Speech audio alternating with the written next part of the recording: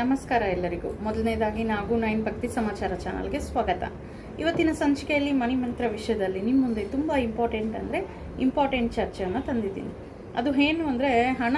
ನಾವು ಯಾವಾಗಲೂ ಮಾತಾಡೋದು ಹಣದ ಬಗ್ಗೆ. ಈ ಹಣ ಸಂಪತ್ತು ಬಗ್ಗೆ ಯಾವಾಗಲೂ ನಮ್ಮ ಆಲೋಚನೆಗಳಿರಬೇಕು. ಸದಾಕಾಲ ಕ್ಷಣ ನಮ್ಮ ಒಂದು ಪ್ರಯತ್ನ, ನಮ್ಮ ಒಂದು ನಡುಕೆ, ಅಂದರೆ ನಾವು ಏನಕ್ಕೋಸ್ಕರ ಓಡಾಡ್ತಾ ಇದ್ದೀವಿ ಅಂದರೆ ಹಣ ಸಂಗ್ರಹಣೆ ಮಾಡೋದು ನಮಗೆ ಇಂಪಾರ್ಟೆಂಟ್ ಅಂತ ಸುಮಾರು ವಿಡಿಯೋಗಳಲ್ಲಿ ಹೇಳಿದ್ದೀನಿ. ನಾವು ಹಾಕೋ ಪ್ರತಿಯೊಂದು ಹೆಜ್ಜೆನೂ ಹಣ ಸಂಪತ್ತು ಕಡೆಗೆ ಆಗಿರಬೇಕು. ನಮ್ಮ ಆಲೋಚನೆಗಳು ಪ್ರತಿ ಕ್ಷಣನೂ ಹಣದ ಬಗ್ಗೆನೇ ಯೋಚನೆ ಮಾಡ್ತಾ ಇರಬೇಕು. ಆವಾಗಲೇ ನಾವು ಹಣವನ್ನು ಅಟ್ರಾಕ್ಟ್ ಮಾಡೋದು ಸುಲಭ ಮಾರ್ಗವನ್ನು ಮಾಡ್ಕೊಳ್ಳೋಕ್ಕೆ ಅವಕಾಶ ಆಗುತ್ತೆ. ಅದರಲ್ಲಿ ಅಂದರೆ ಹಣ ಹೇಗೆ ಅಂದರೆ ನಾವು ಈ ಚಂಚಲತೆ ಇಲ್ಲದೆ ನಮ್ಮ ಥಾಟ್ಸ್ನ ರಿಲೀಸ್ ಮಾಡಬೇಕು. ಅಂದರೆ ಯಾವುದೇ ಒಂದು ಗೊಂದಲ, ಅದಕ್ಕೆ ಡಿಸ್ಟರ್ಬ್ ಮಾಡದೆ ಆಲೋಚನೆಗಳನ್ನು ಬಿಡುಗಡೆ ಮಾಡಬೇಕು ಅಂತ ಇದಕ್ಕೆ ಮೊದಲಿನ ವಿಡಿಯೋನಲ್ಲಿ ನಾನು ಈ ಮಾಹಿತಿನ ಶೇರ್ ಮಾಡಿದ್ದೀನಿ. ಯಾಕಂದರೆ ನಾವು ಹಾಕೋ ಪ್ರತಿಯೊಂದು ಹೆಜ್ಜೆ ಹಣದ ಕಡೆ ಆಗಿರಬೇಕು. ಆ ರೀತಿ ನಾವು ಅದನ್ನು ಬಿಲೀವ್ ಮಾಡೋದ್ರಿಂದ ಹಣ ನಾವು ಗೇನ್ ಮಾಡೋದು ತುಂಬ ಈಸಿ ಆಗುತ್ತೆ. ಇಲ್ಲಿ ಹೇಳಬೇಕಂದ್ರೆ ಏನು ಇಲ್ಲದೆ ಇರೋ ಜೀವನ, ಅಂದರೆ ಹಣ ಇಲ್ಲದೆ ಇರೋ ಜೀವನ ಹೇಗಿರುತ್ತೆ? ನಿಸ್ಸಾರವಾಗಿರುತ್ತೆ. ಅದು ಹೇಗೆ ಖುಷಿಯನ್ನು ಕೊಡುತ್ತೆ? ಖುಷಿ ಕೊಡೋದಿಲ್ಲ, ಭಯವನ್ನು ಉಂಟು ಮಾಡುತ್ತೆ. ಹಾಗಾಗಿ ಈ ಹಣ ಸಂಪತ್ತು ಅನ್ನೋದು ಒಂದು ಪೂರ್ಣತ್ವ ಹೊಂದಿರುತ್ತೆ. ಸೊ ಈಗಾಗಲೇ ನಾವು ಹೇಳ್ಕೊಂಡಂಗೆ ಪೂರ್ಣತ್ವವಾಗಿ ನಮ್ಮ ಥಾಟ್ಸ್ನ ಬಿಡುಗಡೆ ಮಾಡಬೇಕು, ವಿಜುವಲೈಸೇಷನ್ ಮಾಡ್ಕೊಬೇಕು. ಜೊತೆಗೆ ನಮ್ಮ ಆಲೋಚನೆಗಳು ಅದೇ ರೀತಿ ಇರಬೇಕು. ಪ್ರತಿ ಕ್ಷಣ ಹಣ ಒಂದು ಥಾಟ್ಸಲ್ಲೇ ನಾವು ಇರಬೇಕು. ಹಣವನ್ನು ಹೇಗೆ ಪಡೆಯೋದು, ಅದರ ಸಂಬಂಧಪಟ್ಟ ಆಲೋಚನೆಗಳನ್ನೇ ಸದಾಕಾಲ ನಾವು ರಿಲೀಸ್ ಮಾಡ್ತಾ ಇರಬೇಕು. ಭಯವಾಗಿರಬೇಕು. ಫಾರ್ ಎಕ್ಸಾಂಪಲ್ ಅಲ್ಲ, ಇದು ಫ್ಯಾಕ್ಟ್ ಆಗಿ ಹೇಳ್ತೀನಿ. ಅದು ಏನು ಅಂದರೆ, ಈಗ ಒಂದು ದೇವಸ್ಥಾನ ತಗೊಳ್ಳೋಣ, ಬಿದ್ದೋಗಿದೆ, ಶಿಥಿಲವಾಗಿದೆ, ನೋಡ್ಲಿಕ್ಕೆ ನಮಗೆ ಒಂದು ಪಾಸಿಟಿವ್ ಆಗಿ ಕಾಣ್ತಾ ಇಲ್ಲ, ನೆಗೆಟಿವ್ ವೈಬ್ಸ್ ಬರ್ತಾ ಇರುತ್ತೆ. ಅಂಥ ದೇವಸ್ಥಾನಕ್ಕೆ ಯಾರಾದರೂ ಹೋಗೋದು ಇಲ್ವಲ್ಲ, ಹೆಜ್ಜೆ ಕೂಡ ಇಡೋದಿಲ್ಲ. ಕಳೆಕಳಿಯಾಗಿದ್ದು ಅಲ್ಲಿ ಅಲಂಕರೀಕೃತವಾಗಿ ರಂಗೋಲಿಗಳು, ಹೂವಿನ ಅಲಂಕಾರ, ಒಳ್ಳೆ ಬಣ್ಣದಲ್ಲಿ ಒಳ್ಳೆ ಅಟ್ರಾಕ್ಟ್ ಮಾಡೋ ಒಂದು ವಿಗ್ರಹ ಅಲ್ಲಿದೆ. ಆ ವಿಗ್ರಹದಿಂದ ಪಾಸಿಟಿವ್ ಎನರ್ಜಿ ಹೊರ ಬರ್ತಾ ಇದೆ ಅಂದರೆ ಅಂಥ ದೇವಸ್ಥಾನಕ್ಕೆ ಎಲ್ಲರೂ ಹೋಗ್ತಾರೆ. ಅಂಥ ಜಾಗಕ್ಕೆ ಹೋದಾಗ ಮಾತ್ರ ನಮ್ಮ ಒಂದು ಇಷ್ಟಾರ್ಥಗಳು ಈಡೇರುತ್ತೆ. ಯಾಕಂದರೆ 16 ಕಳೆಂಶ ಉಳ್ಳ ಒಂದು ವಿಗ್ರಹ ಅಲ್ಲಿದೆ ಅಂದರೆ ಅದು ಅಟ್ರಾಕ್ಟ್ ಆಗಿರುತ್ತೆ.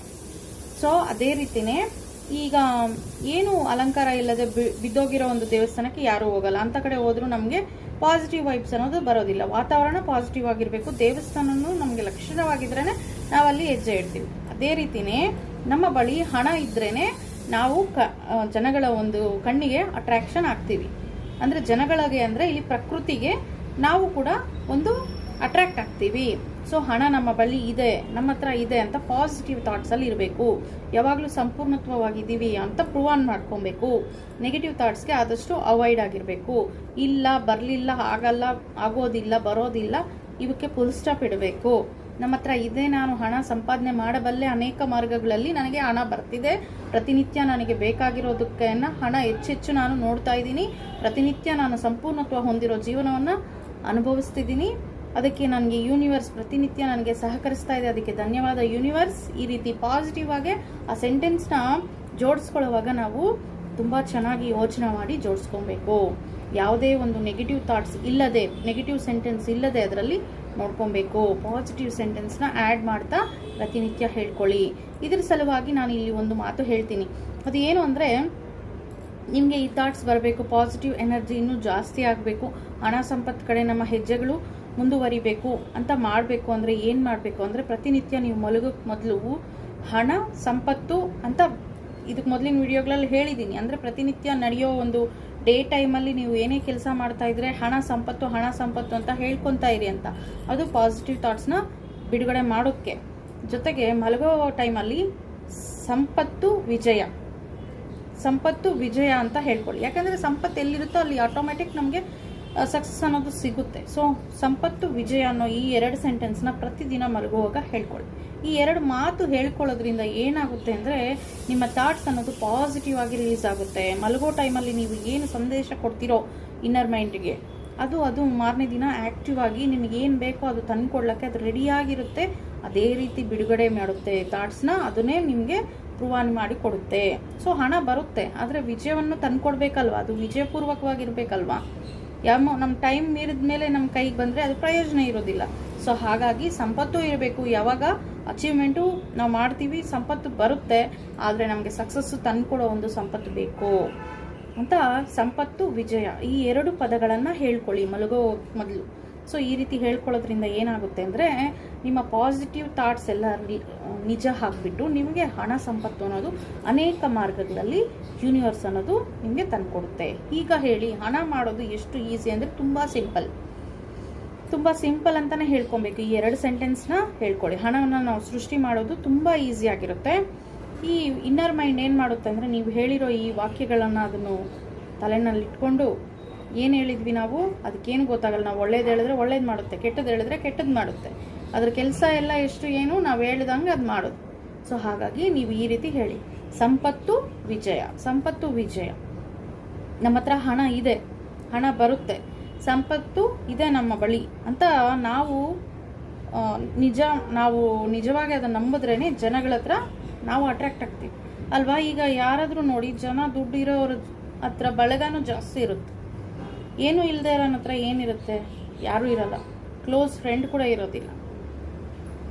ಮಾತಾಡಿದ್ರೆ ದುಡ್ಡು ಎಲ್ಲಿ ಕೇಳ್ತಾರಂತ ಫ್ರೆಂಡ್ ಕೂಡ ಒಂದು ಹೆಜ್ಜೆ ದೂರ ಹೋಗ್ತಾರೆ. ಹಾಗಾಗಿ ಹೇಳ್ತಾ ಇದ್ದೀನಿ, ಹಣ ಎಷ್ಟು ಇಂಪಾರ್ಟೆಂಟು, ಹಣ ಎಷ್ಟು ಚೆನ್ನಾಗಿ ಜನವನ್ನು ಅಟ್ರಾಕ್ಟ್ ಮಾಡುತ್ತೆ ಅನ್ನೋದು ನಾವು ತಿಳ್ಕೊಬೇಕು. ಹಣ ಎಷ್ಟು ಇಂಪಾರ್ಟೆಂಟು, ಹಣದ ಇಂಪಾರ್ಟೆನ್ಸ್ನ ನಾವು ಕ್ರಿಯೇಟ್ ಮಾಡ್ಕೊಬೇಕು.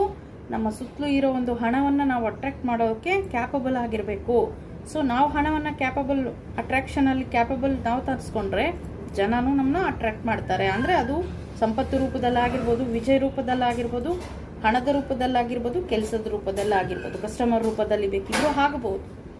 ಒಂದು ಶಾಪ್ ನೋಡೋಕ್ಕೆ ನೋಟ ಚೆನ್ನಾಗಿಲ್ಲ, ಏನೋ ಡಸ್ಟ್ ತುಂಬಿಕೊಂಡಿದೆ, ಓಲ್ಡ್ ಸ್ಟಾಕ್ ಇದೆ ಅಂದರೆ ಅಲ್ಲಿಗೆ ಯಾರು ಹೆಜ್ಜೆ ಇಡ್ತಾರೆ? ಇಲ್ಲ, ಕಳಕಳಿಯಾಗಿ ಫ್ರೆಶ್ ಆಗಿ ಒಳ್ಳೆ ಲೈಟಿಂಗಲ್ಲಿ, ಒಳ್ಳೆ ಅಟ್ಮಾಸ್ಫಿಯರ್, ಒಳ್ಳೆ ಸ್ಪ್ರೇ, ಇಲ್ಲಿ ಸೆಂಟು ಎಲ್ಲ ಒಂದು ಸ್ಮೆಲ್ ಇರುತ್ತಲ್ವ, ಇವೆಲ್ಲ ಇದ್ರೇ ಆ ಒಂದು ಶಾಪಿಗೆ ಹೆಜ್ಜೆ ಇಡ್ಲಿಕ್ಕೆ ಇಷ್ಟಪಡ್ತಾರೆ ಕಸ್ಟಮರ್. ಅದು ಅದೇ ರೀತಿಯೇ ನಮ್ಮ ಬಳಿ ಹಣ ಇದ್ರೇ ನಾವು ಅಟ್ರಾಕ್ಟ್ ಆಗ್ತೀವಿ. ಪ್ರಕೃತಿಗೂ ಅಷ್ಟೇ. ಇಲ್ಲಿ ಅಟ್ರಾಕ್ಷನ್ ಅಂದರೆ ಜನಗಳು ಅಂದರೆ ಪ್ರಕೃತಿ ಅಂತ.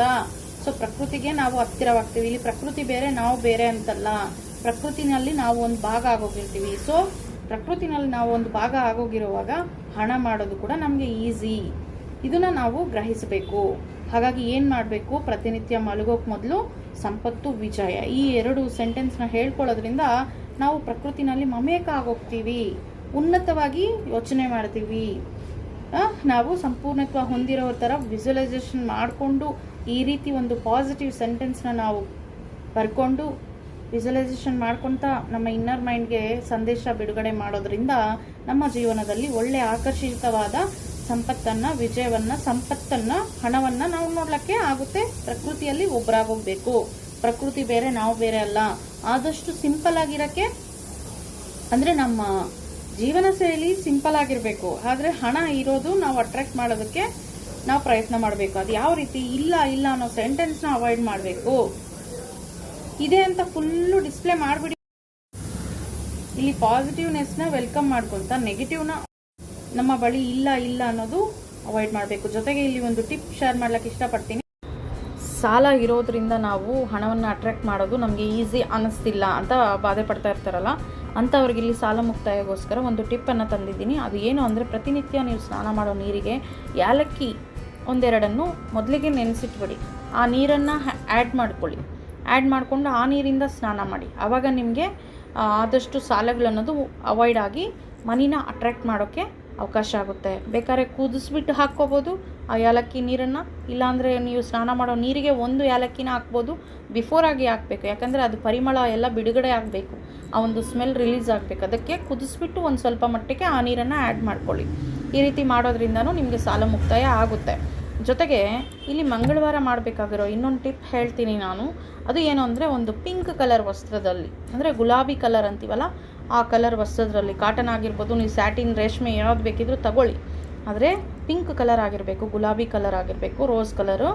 ಸೊ ಅದರಲ್ಲಿ ಎಕ್ಕದ ಗಿಡದ ಹೂವು, ಬಿಳಿ ಎಕ್ಕದ ಗಿಡದ ಹೂವು ಇರುತ್ತಲ್ಲ, ಅದು ಒಂದು 11 ಹೂವು ಹಾಕಿ, 11 ಕಾಯಿನ್ ಹಾಕಿ, ಒಂದು ಇಡಿಯಷ್ಟು ಏಲಕ್ಕಿ ಹಾಕಿ, ಇದನ್ನು ಮೂಟೆ ಕಟ್ಟಿಬಿಟ್ಟು ನಿಮ್ಮ ದೇವರ ಮನೆ ಬಳಿ ಒಂದು ಪ್ಲೇಟಲ್ಲಿ, ತಾಮ್ರದ ಪ್ಲೇಟಲ್ಲಿ ಇಟ್ಬಿಟ್ಟು ಪೂಜೆ ಮಾಡಿ ಅದಕ್ಕೆ ಧೂಪ ದೀಪ ತೋರಿಸ್ಬಿಟ್ಟು ನಮಗಿರೋ ಕಷ್ಟಗಳೆಲ್ಲ ನಿವಾರಣೆ ಆಗಬೇಕು ಅಂತ ಬಯಸಿ ಪೂಜೆ ಮಾಡಿ. ಅದಕ್ಕೆ 21 ದಿನ ಪೂಜೆ ಮಾಡಬೇಕಾಗುತ್ತೆ.